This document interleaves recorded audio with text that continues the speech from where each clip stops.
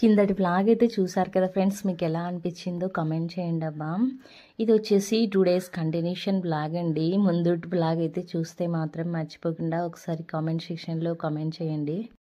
నేను అమ్మ వాళ్ళ ఊర్లో ఉన్నానని చెప్పాను కదా, ఇక్కడ సిగ్నల్స్ సరిగా రావడం లేదు. అందుకే వీడియో అనేది పార్ట్ 2 వైజ్గా పెడుతున్నాను అనమాట. పార్ట్ 1 పార్ట్ 2గా పెట్టాను. నేను కంటిన్యూషన్గా వ్లాగ్ తీసానండి. బట్ అయితే అది పార్ట్ 1లో కూడా సేమ్ ఇదే డ్రెస్తోనే ఉన్నాను, పార్ట్ 2లో కూడా ఇదే డ్రెస్లోనే ఉన్నాను అనమాట. అంటే నైటీలోనే ఉన్నానండి. మళ్ళీ నిన్నటి వీడియోలో కూడా ఇదే ఉంది డ్రెస్, ఇవాళ వీడియోలో కూడా ఇదే ఉందని అనుకోకండి. నేను కంటిన్యూషన్ వ్లాగ్ తీసాను అనమాట. వ్లాగ్ లెంతీ అయిపోతుంది, బట్ మన సిగ్నల్ వల్ల అప్లోడ్ అవ్వదని చెప్పేసి నేను పార్ట్ 2గా పెట్టి వచ్చేసి ఎస్టర్డే మీకు ఈ వ్లాగ్లో కూడా పెట్టాను కదండి. 2 days కంటిన్యూగా అయితే బట్టలు అయితే మనకి ఫెస్టివల్ అయిపోయిన తర్వాత బట్టలు అయితే ఎక్కువ ఉన్నాయన్నమాట. అలా ఎస్టర్డే వాష్ చేసినవన్నీ ఫోల్డింగ్ అయితే చేస్తూ ఉన్నాను అనమాట. ఇంకా మన ఆడవాళ్ళకి తీరని పని ఏదైనా ఉందంటే నాకు తెలిసి ఖచ్చితంగా అది బట్టలే అని చెప్తాను నేను అనమాట.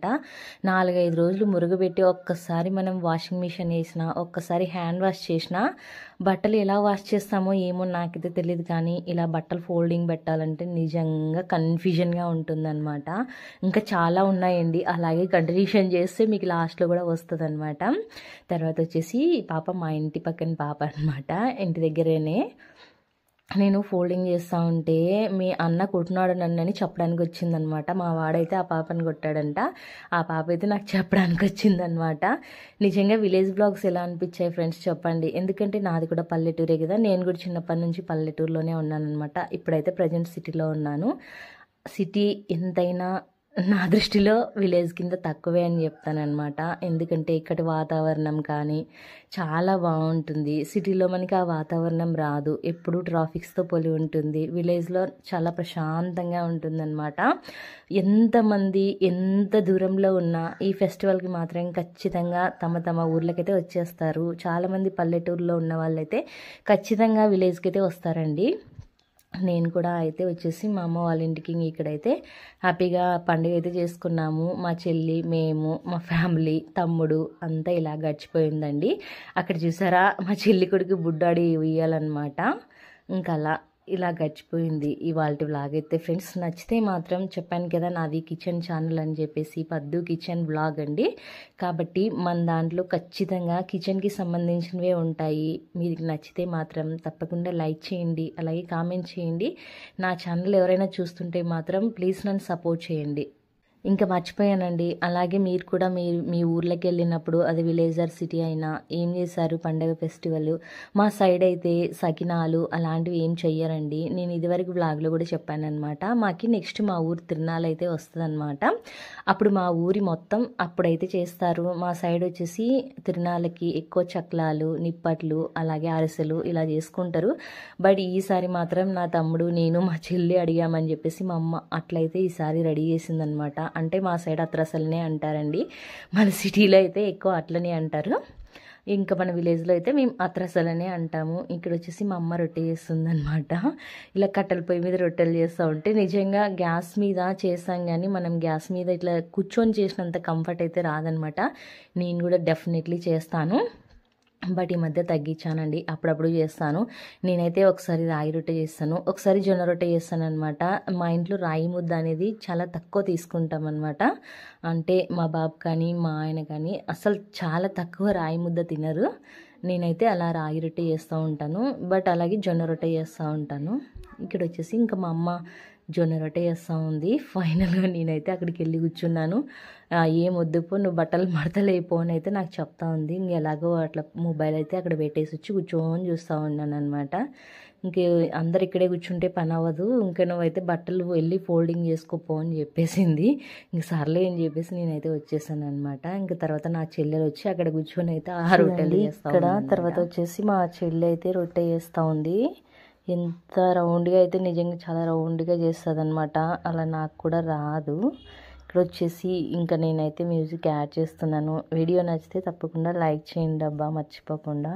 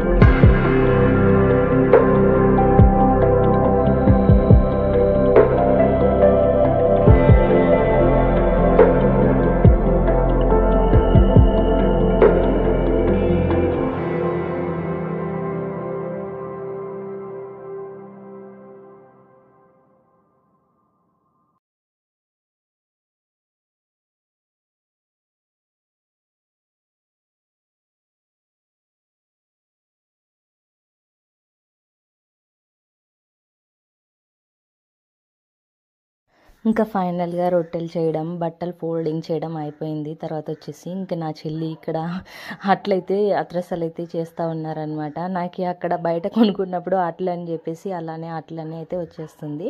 కాసేపు నేను చేశాను. నేను చేసినప్పుడు చెల్లి అయితే పని చేస్తూ ఉందన్నమాట. ఇప్పుడు నా చెల్లి అయితే అట్లయితే ఒత్తుతుంది. నేనైతే వీడియో తీసుకుంటున్నాను అనమాట. అమ్మ అయితే ఒక చిన్న బకెట్కి అయితే చేసింది.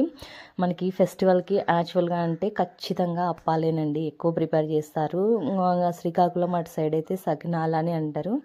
మా సైడ్ అలా ఏం చెయ్యరు. ఇంకా మాకు ఫెస్టివల్ ఉందని చెప్పాను కదా, అవి చూడండి. అవి మా చెల్లి కొడుకు అయితే పైన స్లేట్ పెట్టి లోపలికి ఒత్తేసాడండి కాలేదాన్ల పైన. అందుకలా సొట్టగా అయితే కనిపిస్తున్నాయి అవి.